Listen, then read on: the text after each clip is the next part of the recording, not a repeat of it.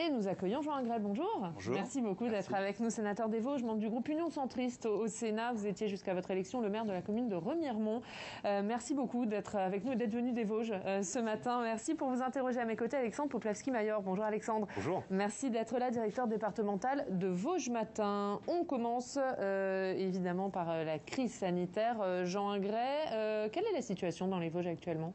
Pour l'instant, nous avons 3200 doses par jour seulement. Il faudra bientôt 2 ans pour vacciner la totalité des Vosges. Donc la situation est vraiment difficile.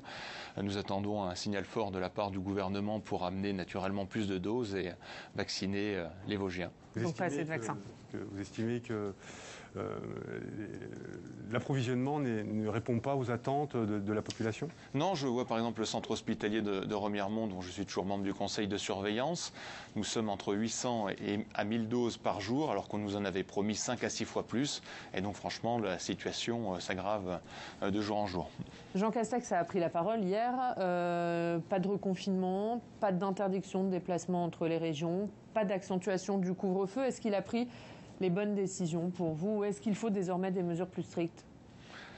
Après, vous savez, c'est facile de commenter, mais difficile d'agir. Je pense que le gouvernement est dans une situation dramatique. On n'a pas forcément toutes les données. Moi, ce que je regrette en tant que parlementaire, c'est le fait que le gouvernement n'associe pas plus l'Assemblée nationale et le Sénat dans ses décisions. C'est d'ailleurs pour ça que j'ai voté contre la prolongation de l'état d'urgence. Je pense qu'on doit faire face à ses responsabilités et que le gouvernement devrait associer les parlementaires, mais aussi les collectivités territoriales davantage. Il avait été question à un moment que Jean Castex vienne devant le Parlement, un débat avec vote en cas de reconfinement. Est-ce que vous dites ce débat, ce vote, il doit quand même avoir lieu, même s'il n'y a pas de décision de reconfinement ? Oui, il faut associer plus, mais vous savez, il y a quand même un problème. C'est que quand, par exemple, Olivier Véran vient au Sénat, on en sait moins à la fin de son intervention qu'à son arrivée. Donc au bout d'un moment, il faudrait nous le dire les choses. Je pense que les Français sont prêts à entendre des choses et arrêter de nous prendre pour des imbéciles. C'est ce qu'il fait pour vous ? Il prend les parlementaires pour des imbéciles, oui, totalement, le gouvernement ? Oui, on nous prend pour des imbéciles.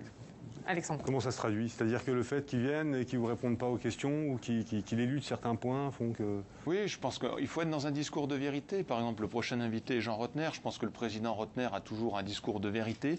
Je pense que les politiques devraient prendre leur courage à deux mains et dire la vérité aux Français. Je pense que nous sommes capables d'entendre la vérité et faire face et le discours de tous vérité, ensemble de manière collective à cette pandémie. Le discours de vérité, c'est de ne pas reconfiner ? Vous pensez quand même que c'est une bonne mesure ou pas ? De ne pas reconfiner ?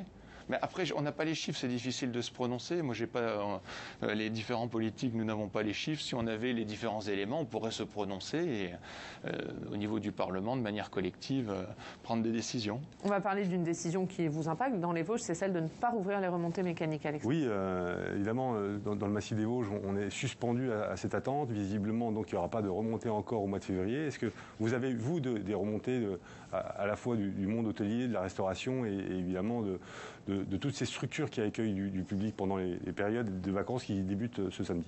La colère ne cesse d'augmenter au fur et à mesure que les semaines s'écoulent. C'est pour ça que nous avions une délégation de parlementaires emmenée par mon collègue Cédric Vial de Savoie, dont je faisais partie, pour alerter le président de la République sur différentes difficultés dont il n'avait pas forcément, entre guillemets, les informations, comme par exemple des difficultés au niveau des emplois saisonniers.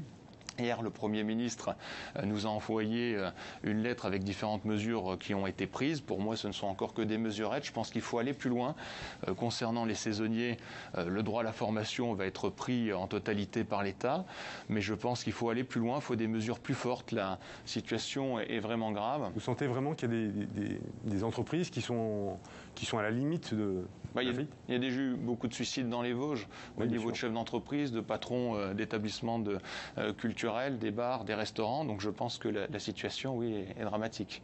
Pourtant, le gouvernement a mis des aides sur la table. Il y a un plan de 4 milliards pour la montagne. C'est pas suffisant pour vous ? Non, mais le problème n'est pas là. C'est qu'il faut faire du sur-mesure. Je pense que il y a des grandes aides qui sont données, mais il faut faire confiance aux collectivités territoriales. Je pense que ça soit l'échelon de la région, mais aussi du département. On doit faire du sur-mesure et aider. Il y a des gens qui passent à travers les dispositifs et donc il faut les aider davantage et que le préfet et les élus que nous sommes puissent faire du sur-mesure et aider des gens qui sont passés à travers les mailles du filet. Vous encouragez quand même les Français à venir en vacances pendant les vacances qui débutent ? Moi, je n'encourage rien du tout. Chacun prend ses décisions en son âme et conscience. Si les gens veulent découvrir les Vosges, ils ont bien raison, parce que c'est un très beau département. Et justement, on va y rester dans les Vosges. On va parler transport avec vous, Alexandre. Oui, c'est évidemment les transports, et notamment le TGV, est un outil de désenclavement pour ce territoire. Votre Christian Poncelet, qui était quand même une figure tutélaire pour les Vosges, s'était battu pour pousser la ligne qui allait jusqu'à Paris, Nancy, Épinal, jusqu'à Remiremont. Est-ce que pour vous, cette ligne a toujours une pérennité, ou alors elle est menacée par un nouveau plan de la SNCF? Une ligne TGV, on précise. Cette ligne TGV, qu'elle aille jusqu'à Saint-Dié, jusqu'à Remiremont, Épinal, elle est indispensable, cette ligne TGV, parce que ce soit pour le tourisme, mais aussi pour les chefs d'entreprise, pour les différentes personnes qui l'utilisent. Elle a montré son efficacité au cours des 10 dernières années. Je pense qu'il est important. Et nous avons entendu une petite musique, un petit bruit, il y a quelques mois avec mes collègues parlementaires et les élus de la région. Et nous sommes intervenus. Je pense que c'est important que de manière collective, on défende aussi nos acquis et que la SNCF ne décide pas toute seule. Ils ont quand même réduit le nombre d'arrêts. Il y a moins d'arrêts par jour sur la ligne. On a 2 allers-retours par jour pour l'instant à Remiremont. Elle est sauvée, elle est menacée? Non, pour l'instant tout va bien et on est très attentifs. Il y a quand même cette musique de fond qui est toujours là. Oui, mais parce qu'on est dans une période de restriction budgétaire et que naturellement, ils veulent réduire la voilure à certains niveaux, mais je ne veux pas non plus que les contribuables et les usagers que nous sommes payent les... Les élus lorrains se battent aussi pour qu'on maintienne en fait... c'est nous qui l'avons payé, cette ligne, de toute façon. Alors, donc au bout d'un moment... Et puis pour la pousser aussi, pour permettre la liaison entre Nancy et Lyon. C'est aussi un combat. J'espère que je le verrai un jour. Allez, on va parler de la collectivité européenne d'Alsace. Oui, alors évidemment, on l'a entendu il y a quelques instants sur ce plateau, l'intervention de Jean Castex et sur la communauté européenne d'Alsace, sa légitimité. Est-ce que par rapport, vous représentez le territoire des Vosges, est-ce que cette intervention a suscité des inquiétudes par rapport à son intervention? Au moment de l'intervention, oui. Après, Mme Gouraud a, entre guillemets, recadré les choses et a redonné un autre son de cloche, entre guillemets. Je précise juste que devant le Sénat, lors des questions d'actualité, elle a dit qu'il n'y aurait pas de big bang territorial et qu'il n'y aurait pas de remise en cause. Qu'il n'y aurait pas de remise en cause de la grande région. Je pense que c'est une bonne chose. Après, tout le monde a pu être à un moment ou à un autre interrogé sur le périmètre de la région Grand Est lors de sa création. Mais quand on voit l'efficacité de cette région, que ce soit au niveau de la pandémie, aussi des dispositifs économiques qui sont mis en place.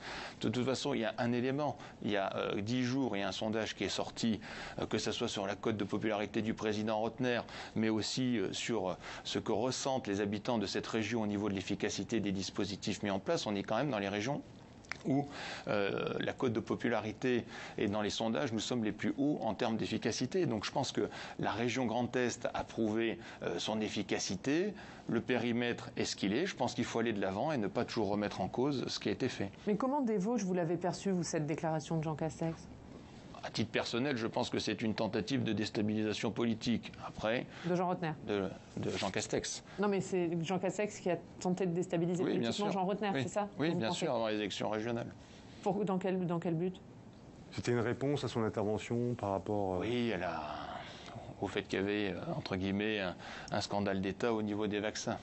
Est-ce qu'il y a un scandale d'État ? Je laisse les téléspectateurs juger. Moi, je pense que, voilà, au lieu de payer chaque jour, chaque semaine des milliards d'euros, je pense qu'on aurait mis un peu plus sur la table pour acheter des vaccins comme ont fait certains pays. On aurait eu plus de vaccins, donc on aurait pu vacciner plus de gens. Mais pour terminer sur cette région Grand Est, quand vous avez entendu Frédéric Bierry, sur notre antenne d'ailleurs, demander dans la foulée un démembrement de la région Grand Est, est-ce que vous êtes inquiet? Est-ce que vous dites qu'il y a peut-être un risque d'implosion de cette région?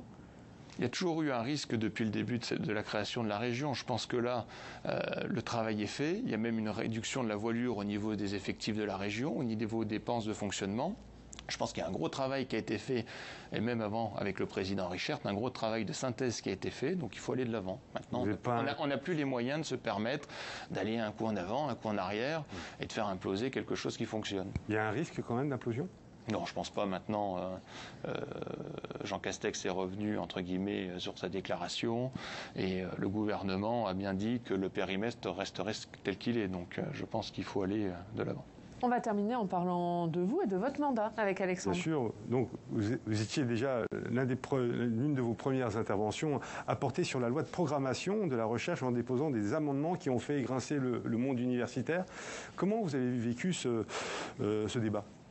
Sereinement, je pense que j'ai fait mon travail de parlementaire. J'ai déposé une douzaine d'amendements qui ont été repris dans le texte final, avec aussi la collaboration de mes collègues comme Stéphane Piednoir au niveau de l'amendement du CNU qui a un peu fait grincer des dents. Est-ce que vous pouvez Alors oui, dans le contexte général, le gouvernement a mis 25 milliards d'euros sur la table d'ici 2030 pour financer l'enseignement supérieur, pour revaloriser les carrières et amener différents dispositifs innovants.